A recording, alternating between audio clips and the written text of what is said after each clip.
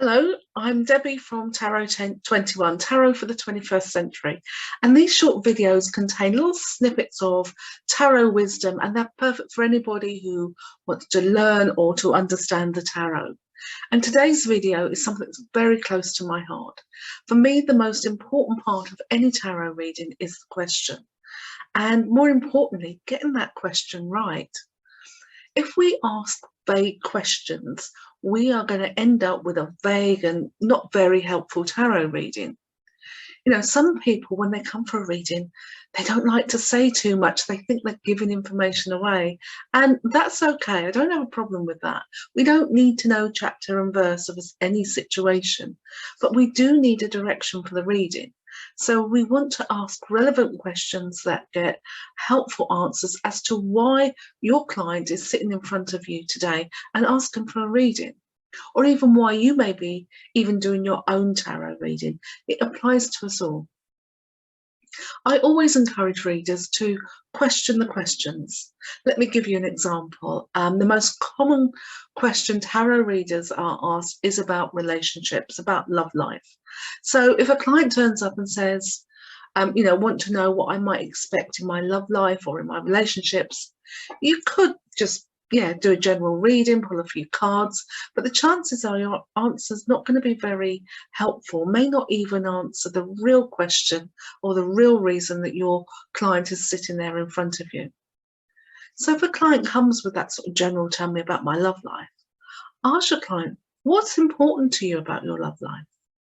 And then they may sort of think about it and they may say something like, well, my recent relationships have ended really quickly and I don't seem to find anyone who I can form a long-term relationship with.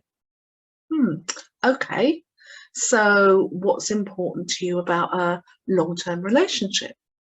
And then they may say something like, well, I've been single for so long now. All my friends are settled. I feel the odd one out and it's lonely. Now, we've got a totally different view.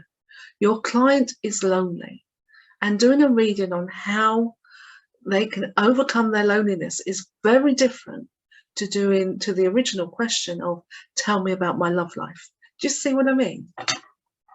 When somebody comes for a reading, whatever the reason, you want them to leave feeling confident, feeling that they can make the right choices for themselves and that they can take the right action and move forward in their lives. So the biggest tip I can share is to be aware of the questions.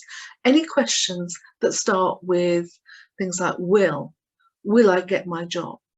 You know, that if you say, will I get my job, that just sort of elicits a yes, no answer. And if the answer is no, your client's going to probably go away feeling pretty deflated. Much better to ask, what can I do to improve my chances of getting that job that I really want? Another word to be careful of is when questions begin with when. When will I get married? Well, for a start, that assumes that you will marry. Not everybody does. So just be careful. Another word that is sort of should be ringing bells in your head is when people ask should. Should I study or should I go to work? When people are using the word should, they don't want to take any responsibility for making a decision. And then if it all goes wrong, of course, they can always blame somebody else, even the tarot reader. Will, when, and should are very what we call passive questions. They assume that life is fixed, it's all mapped out, and we cannot change anything. And a lot of people think that tarot can give them very definitive, predictive answers to questions. I personally don't believe that tarot is predictive. We create our futures by the choices we make, the decisions we make, and the actions that we take. But if we rephrase those questions that start with, when, will, should, we replace them with what, how, or why, that puts the responsibility for action and the outcome firmly back with the client, and it puts them back in the driving seat of their life. As tarot readers, of course, we can highlight the opportunities and challenges of different choices, but it's always up to the client to decide which is the best option for them and what they're going to do. Good questions are what we call open-ended questions because they allow space to explore different options and possibilities. But they can be very detailed and specific as well, helping your client to get focus, to gain clarity, and to get direction. Good questions focus on the client, not on other people. They create responsibility and accountability, and they reinforce that fact that we do have free will and we all shape our own lives and our own futures. So here is my quick 4-step actions, if you like, to great questions. Step 1 is to, wherever possible, avoid yes/no questions. They are not helpful, and they don't really give advice about what you can do. Much better to ask questions that begin with what, why, or how. If you ask, will I get married? And the tarot says no. How do you think your client's going to feel? Are they going to be inspired to make changes and go out and meet anyone? Probably not. After all, what's the point? And it's far more beneficial to ask something like, what can I do to create the best opportunity for me to find a long-term loving relationship? And even if the answer to will I get married is yes, you still have to go out there and make it happen. Prince Charming is not going to miraculously turn up on your doorstep, unfortunately. Our lives are not set in stone. We all have free will to create the future we want, and we all have to go out and make it happen. Step 2 is keep the focus on you or your client. We have no idea what other people are thinking or feeling. Neither can we control what other people do. So keep the focus on you or your client, because that is all you have control over. As tempting as it is to know whether your partner really loves you, it's much more powerful when you feel good about yourself, irrespective of if your partner's having a bad day. Relying on what other people say or do for your own happiness, that's just giving away your personal power. Also, I believe it's really unethical to ask questions about other people. You can ask questions about situations that involve others, but make sure it's from your perspective.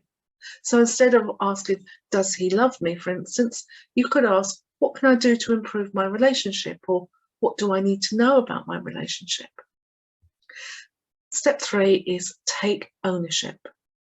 It can be very tempting to look at life as though it's always somebody else's fault, or it's because of this happened or that happened that is causing me to be unhappy. Or, it's because that happened, I can't do what I want to do. But the truth is, we are all masters of our own reality. The tarot helps us to connect with our own wisdom and our intuition so that we can make the right choices for ourselves. So instead of thinking, will I get that job? Instead ask, what can I do to give me the best chance to get that job? This way you get to choose to be in that driving seat of your life. The tarot can highlight the potential opportunities of pitfalls, but it's up to you to take the path that you want to take. And finally, keep focused on the now. As I've said before, I don't believe the tarot is predictive. It's not about fortune telling. A tarot reading's strength comes from when we focus on that present moment and what you need to know about your life journey, not necessarily what the future holds. And that's because the choices we make now and the actions we take today are what shape our future. A tarot reading can really help clarify your options and outcomes, or possible outcomes, and it can give you an understanding of, what you need to do in order to make the best choices for yourself. Tarot also, another thing, it's also really good not to focus too much on the past, or how life could have been if only I'd made better choices or other choices. And that's because we can't change the past. We can't change what's already happened. But we can, if we choose to, learn from our past so that you don't make those same mistakes over and over again. Now, that is something tarot can definitely help you with. When we ask open, clear, precise questions, we get clear and informative answers that help us to take the right action to achieve what we want in life. If the questions are confusing and unclear, the answer is going to be confusing as well. To get the best out of tarot reading, whether you're reading for yourself or others, it's vital to get that question right. I like to think of the tarot as a three-way conversation between the reader, the client, and the cards. And trust me, the tarot has a lot to say. It speaks uniquely to everybody. So I wonder, what's it going to say to you? Now, I have a free ebooklet that is sets out about these how to ask great questions, and you can either subscribe to my website or receive a free copy, or you can even just drop me an email and I'll happily send you a copy. Thank you for watching this video about how to ask great questions. Look out for more videos coming soon.